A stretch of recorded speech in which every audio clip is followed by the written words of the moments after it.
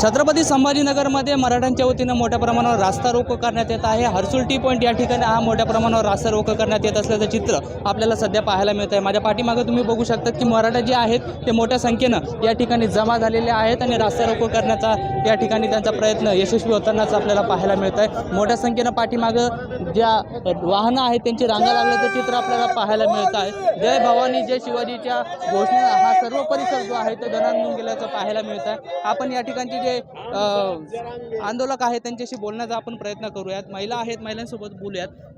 काय भावना आहेत? वेळोवेळी माझं एवढं सांगणं आहे सरकारला की तुम्ही वेळोवेळी आम्हाला फसवलेलं आहे, मराठा समाजाला फसवलेलं आहे।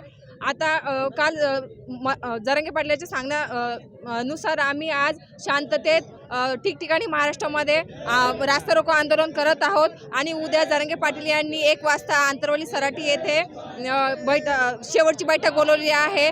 त्यात जरांगे पाटील हे काय सांगतात यावर सर्वांचं लक्ष आहे। जर आम्हाला योग्य निर्णय भेटला नाही तर आम्ही सर्व मराठा आमदार, खासदार, मुख्यमंत्री असतील देवेंद्र फडणवीस असतील, एकनाथ शिंदे असतील यांचा आम्ही घराच्या बाहेर निघणं मुश्किल करू आणि संपूर्ण महाराष्ट्रात हा उद्रेक बघायला भेटतात एवढं सांगू इच्छित। वारंवार आंदोलन करण्याची वेळ तुमच्यावर येते तरी तोडगा निघत नाहीये।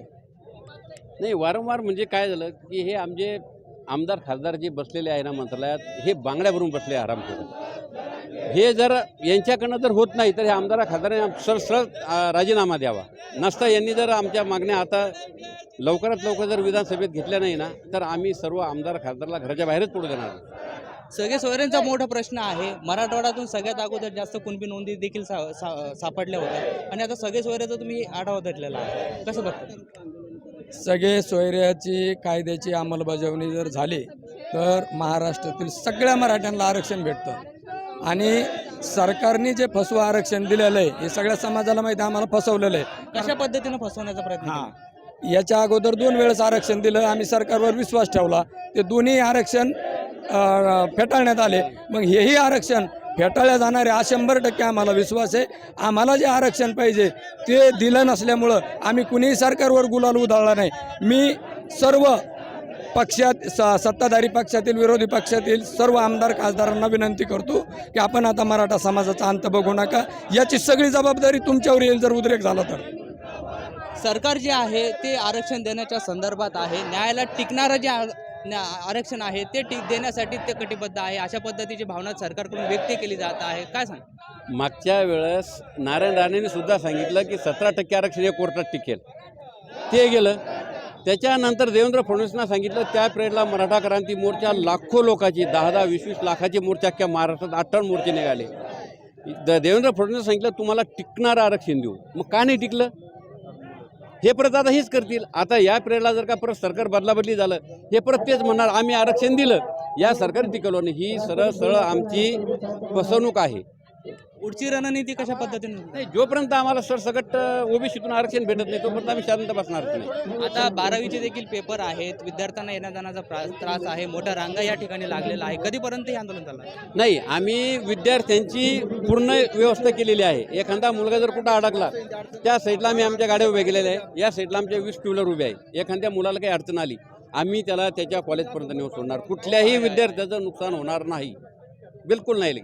सकाळची वेळ आहे, लोकांना कामावर जायचं आहे, आता कधीपर्यंत तुमचं आंदोलन सुरू राहणार? नाही, आम्ही 12-11 ते 1 टाइम दिला आहे ना, 1 नंतर 2 घंटे काय फरक पडणार आहे कोणालाही?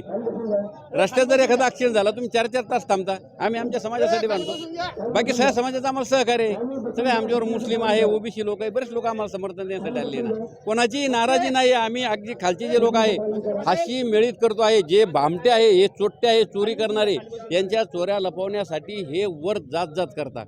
खाली आम्हाला कुठेही कोणाला जातीचा अजिबात विरोध नाही। दुसरा एक प्रश्न आहे, शेवटचा आपण प्रश्न घेऊयात। आंदोलन जे आहे ते व्यवस्थित पार पडत होतं, मात्र त्याच्यात 2 गट पडल्याचं आपल्याला पाहायला मिळतं आहे। ध्रुवीकरण निर्माण करण्याचा प्रयत्न केला जातोय, म्हणजे एकंदरीत दिशाभूल करण्याचा प्रयत्न केला। कोण मला नाव सांगा, तुम्ही नाव सांगा ना, कोण महाराज आहे ते वानखेडे?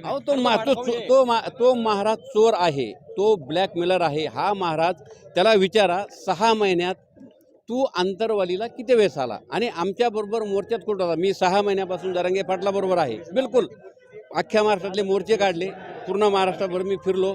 हा भामटा चोट्टा मला कुठेही दिसला नाही आणि हा सांगतो बंद दरवाजेच्या आत चर्चा झाली। मी मुंबईला देखील होतो आणि लोणावळ्याला पण होतो. लोणावळ्याला ज्यावेळेस चर्चा झाली, जरांगे पाटील फक्त 2 मिनिट मध्ये गेले आणि बाहेर आले. मी दरवाजाजवळ उभा होतो. लागलंच माझ्याकडे फुटेज आहे. तिथले SP साहेब स्वतः तिथं होते. मी कानाने ऐकलं. त्यांनी सांगितलं मला मागण्या मान्य नाही, मी मुंबईत बघतो काय करायचं. आणि आम्ही जसं निघालो तसं गाड्यात बसलो आणि मुंबईच्या दिशेने निघून गेलो. आता बैठक आंतरवाली सराटी या ठिकाणी पडणार आहे. कशा पद्धतीने अजून आंदोलनाची दिशा ही ठरवण्यात नाही, येणार? उद्या आता जे जरांगे पाटील सांगतील, आमचा जरांगे पाटलावर 100% भरोसा आहे. जे मनोज जरांगे पाटील सांगतील त्याप्रमाणे आम्ही करणार. तर या होत्या मराठ्यांच्या प्रतिक्रिया आपण जाणून घेतलेल्या आहेत. तर आगामी काळामध्ये आंदोलनाची दिशा ही आंतरवाली सराटी या ठिकाणी मनोज जरांगे यांच्या नेतृत्वानंतरच ठरवण्यात येणार आहे. तत्पूर्वी या ठिकाणी जी भावना व्यक्त केली गेलेली आहे सरकारच्या विरोधात, ती फसवणुकीचा प्रकार या ठिकाणी सरकारच्या माध्यमातून केली जात असल्याच्या भावना या ठिकाणी आंदोलकांच्या वतीनं केल्या गेलेल्या आहेत.